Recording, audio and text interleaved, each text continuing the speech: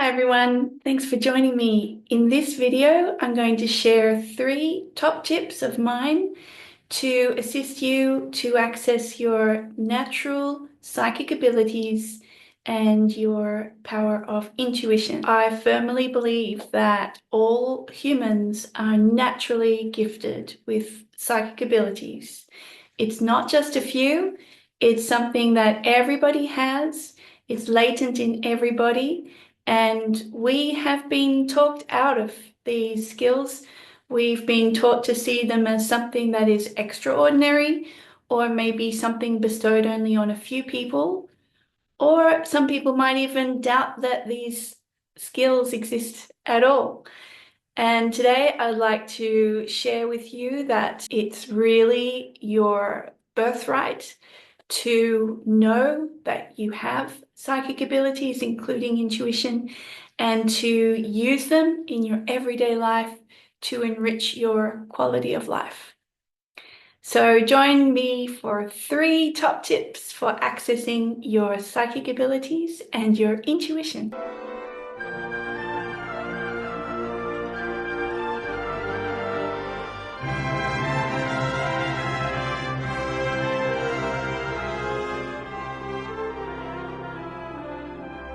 Okay, so before we jump into the 3 tips, I'd like to expand a little bit more on psychic abilities and the, let's say, status quo of psychic abilities.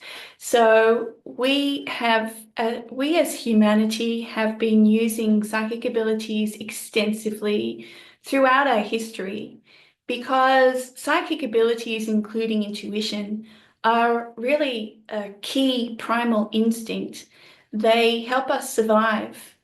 And there are long traditions in Indigenous cultures about using psychic abilities in various ways, communicating with deceased loved ones, the forebears, the ancestors, the tribal elders, receiving information through dreams, which is another form of psychic ability, having premonitions, and reading signs in nature, even receiving messages from animals and plants, and having that ability to have premonition, to sense with our psychic senses that something is occurring.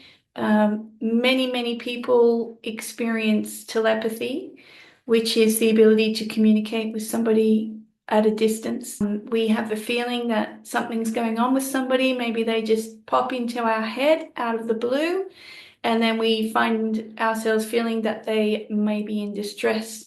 This has happened a lot of times and then been validated and verified that that was indeed what was happening with that person. And having these sorts of skills helps us prevent tragedy from occurring, helps us to navigate risk in life, and helps us to be more connected with each other. So there are many types of psychic ability, including intuition. Empathy is one such skill. So empathy is being able to read into the emotions of a person that is not you. And that can be done at a distance. It can be done by looking at a photograph. It can be done by concentrating on the person. Many people have this skill, but they don't know what they're doing when they actually receive that type of information. Many people have the ability to, for example, hear a piece of music and then turn on the radio, and that music is playing. And what's happening, the music's traveling through the air as a waveform. Your psychic senses are picking up on that information traveling through the air. There's so many documented studies, scientific studies about psychic phenomena, psychic ability, that it's at this point pretty much proven beyond doubt to be true. The question is now, is it only true for some people, or is it true for everybody? And I would say it's true for everybody. Everyone has it. We have been talked out of these skills because people who have access to this level of information about themselves their environment, their lives, the people they know, people they don't know, are people who are in touch with these skills and abilities, which are very special and powerful, which give us the ability to see a lot more than is on the surface or than we can taste, touch, feel, see, hear with our physical senses. When we get to use our psychic abilities and including intuition, we are living at a much more fully connected level of our lives. We're more tuned in, we're tapped in, we're receiving information at deeper levels, we're receiving subtle levels of information, and this makes us very powerful. So it's my opinion that humans have been deliberately dumbed down over a very long period of time and talked out of these abilities. In fact, even convinced that these types of abilities are shameful or evil or the work of the devil or something demonic, and that couldn't be further from the truth. These abilities are God-given abilities. They help us, they make our lives better, and they are here to improve life on this planet at this time. So let's get started. Tip number 1 for accessing your psychic abilities is meditation. Meditation is so beneficial and so important. I can't stress enough how important it is to get started with some level of meditation practice in your life. You can start with 5 minutes a day. You can do 10 minutes, 15, 20, whatever time you have in your schedule. If you do 5 minutes twice a day, that's great. There is a lot of confusion about what meditation actually is. And I know a lot of people who are friends or people I've worked with who say, well, I can't meditate. I really struggle. I just can't do it. And when I talk to them about why that might be, they reveal that they believe meditation is all about not having any thoughts. Now, I totally disagree that meditation is about not having any thought. The brain is really never not active, and you would never want your brain not to be active. The point of meditation for me is not about stopping thought. It's about calming down and becoming the observer of your thoughts. So I would define meditation as any activity which allows you to go into a calm, relaxed, reflective state of consciousness. So you're still conscious, you're still aware, you're not in a numb, no thought zone. You're simply allowing your thoughts. You're allowing your emotions. You're allowing your physical body to give you its signals, to give you impulses about what might be right or wrong with it, what it needs. So you can actually achieve a meditation state by doing a whole range of activities and pick the one that works for you. So for me, I love to lie down. I prefer lying to sitting, and I like to be pretty much still, and I can follow a guided meditation. I can listen to the birds outside my window. I can hold a stone and just observe my body, observe my environment. Just be in observation and be totally without judgment of yourself. So if thoughts come up and you think, oh, I don't like that thought, or emotions come up and you feel like, oh, that's an uncomfortable emotion, rather than suppressing those thoughts or those emotions, or even physical sensations in the body, meditation is all about allowing, accepting, observing, and simply being, not rushing into action, not rushing into judgment, not rushing into thoughts which are about controlling anything in your life. in the external or the internal environments of your life. So meditation every day, a little bit a day goes a long way.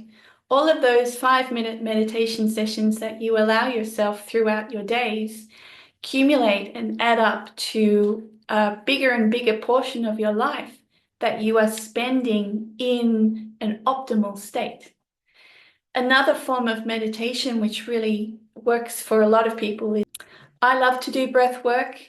Breath work simply means breathing consciously, where you breathe in deeply and you breathe out deeply and slowly.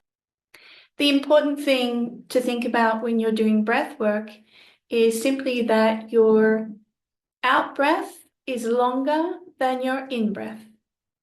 So if you breathe in for 3 deep breath counts, then breathe out for 6 deep breath counts, and get into a comfortable rhythm where the out breath is longer than the in breath. You can also try alternate nostril breathing.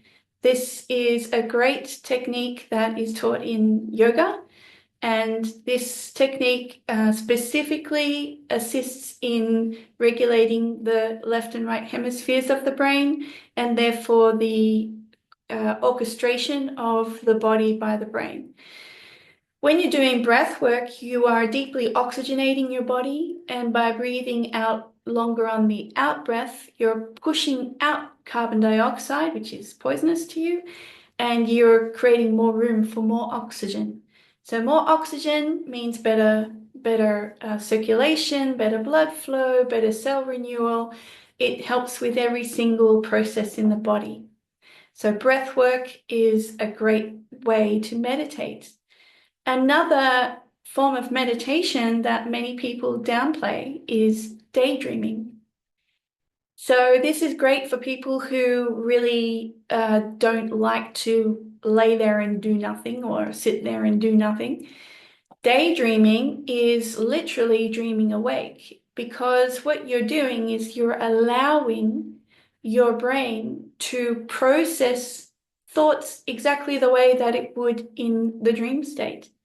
So you are not interfering with your brain's natural processing. You are allowing those thoughts to go where they will, to create their own story, to explore and expand. You're allowing your emotions to come to the fore. You're allowing your emotions to express themselves to you.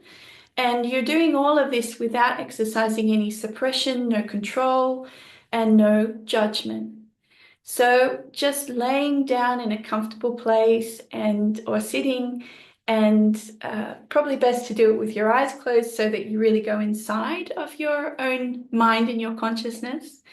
But daydreaming is a beautiful practice to allow yourself to process what's going on inside of you without controlling it.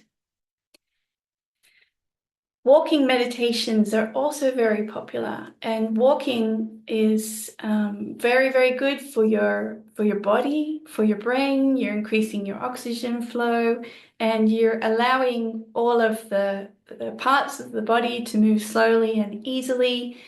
Walking means listening for the sounds of nature, listening for sounds outside of yourself, being in touch with your environment, being consciously aware and being mindful whilst also being at ease. So it allows you to focus on an activity which is a gentle activity, and you're also fully present. So walking, preferably without any headphones or anything going into your ears, so that you can maintain that state of presence. My second top tip for accessing your powers of psychic intuition is listening for the inner voice. So I heard my inner voice my whole life very clearly, but I didn't validate that inner voice because I was taught that that was probably bad and that was not normal. The more that you practice listening and validating the inner voice, the stronger you're going to hear that voice over time. So there's different forms of the inner voice. And I'm not going to talk today at all about people who might be a bit crazy and hearing voices for not good reasons. Now, I'm only talking about positive inner voices. So, the first inner voice that you can hear is your own connection to Source God Creator. So everybody has this connection. It's your God-given gift because you are a part of God. You come from God. The life force essence that powers your being is part of God. So every single person has a direct connection to God, Source Creator. However you see that energy, you can call it the divine. And you at any point can tap directly into that energy, into that connection without any ritual or fanfare. You don't have to do anything. That is your God-given gift. So when I'm connected with source energy, I see a lot of light in my third eye. I actually see the light in my body and in my being, in my field, and I feel love. I feel that I'm being held. I feel the expansiveness of that massive being, and the information that comes through is always very wise. And sometimes it's not information. Sometimes it's just that feeling of being loved, of being held, of being important, of being one with all of creation. So many people might experience God as a sense of oneness. I know that I do that too. So that's an inner voice that you, I hope, will be able to tap into and hear on a regular basis. Another inner voice is your own higher self. Some people will call this the inner self. Whatever works for you. It really is inside of yourself, because I believe that the higher self most of the times is the soul of your incarnation. And your soul knows the bigger picture of you. The soul sees beyond your limited beliefs. It sees beyond your defense mechanisms.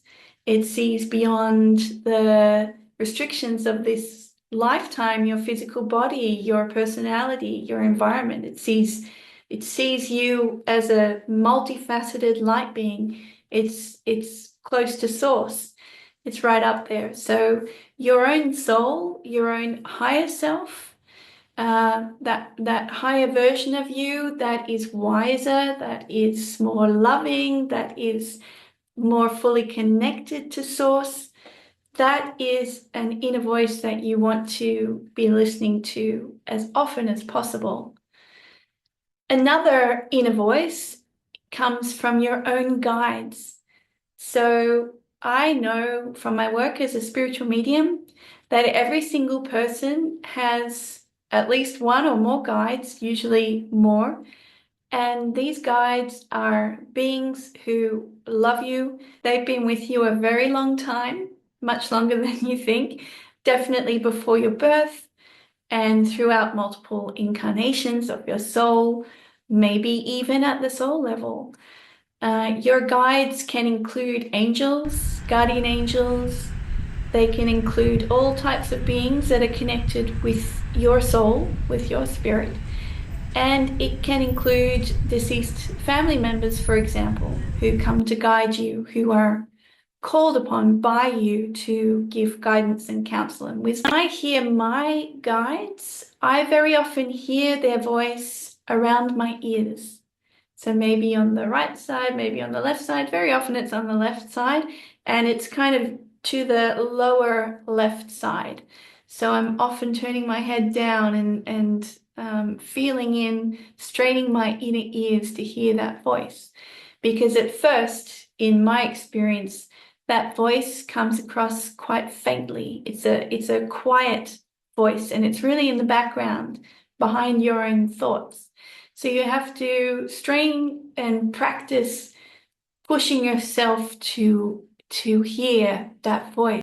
And then when you do hear that voice, You validate what you're hearing. And you may hear a few words, you may hear a whole sentence, you might hear a whole conversation if you're doing this really well. And you also may not hear a voice at all. You also may receive information in your other senses, such as a smell or a feeling. Very often you receive feelings. For me, the most common type of messages to receive are actually downloads. A download I would describe as a complex package of information which comes through with multiple aspects. So you might just receive a scene in your head with visual cues, also a feeling, an emotional feeling, and also information that your brain knows about it. You just know that this is the case about this scene. Or you can also have much more complex layers of information that link it to all kinds of other things. So a download is a real package of many, many different forms of psychic information that come all at once and arrive like a knowing. It's like a package of information. You download it and then you have to unpack it. You're actually deciphering all these different aspects with your mind and your heart. You're feeling things, you're hearing things, you're getting a whole range of information about something. So downloads are very, very common. That's my second tip. Listen for the inner voice. Practice listening for the inner voice. When you hear the inner voice, validate that. Hold on to it and say, thank you. Thank you for giving me this information. I'd like more of this. My third tip for accessing your psychic abilities is journaling and automatic writing. Everyone knows what journaling is. It's just taking some pen and paper and writing down your thoughts. Automatic writing is when you take it a step further and you've been doing your meditation, so you know how to go into a reflective, receptive mode of consciousness. You've been listening for that inner voice, so you know kind of what that sounds like and feels like, so you're beginning to tap into that. And when you do your journaling and automatic writing, you are allowing the pen to transcribe what is coming through from that inner voice, which may be words, it may be feelings, it may be impressions, visual pictures, whatever it is. You're just asking that inner voice to give you information, and it could be in response to a question you have about your current life. I'm struggling with this. Please tell me what I need to know about this, or maybe to help somebody else, or just in general. You can also leave it really open and be open to be surprised about what comes through. So I allocate some time for this every other day. And in the beginning, I was only able to do about 5 minutes at a time. And then as I started to do it more and more, it became a longer session. But most people would probably cap out at about 10 minutes, although I have known people who are able to write tomes of information from their connection with their inner voice. So the more that you do it, the more that you are actually strengthening that psychic muscle. You're making the connection between the inner voice. And then when you use your hand to write it on the paper, that physical act is actually laying down neural pathways that strengthen your body, mind, or body psychic connection and make it easier for you to tap into your psychic abilities in the future. So that's it. Those are my 3 tips: meditation, listening for the inner voice, and automatic writing and journaling. Please let me know if this has helped you, and maybe you have some other tips that you can share with everybody. And I wish you all the best. Don't forget that you are naturally psychic. All humans are. These are our God-given gifts and abilities, and it's time to take them back.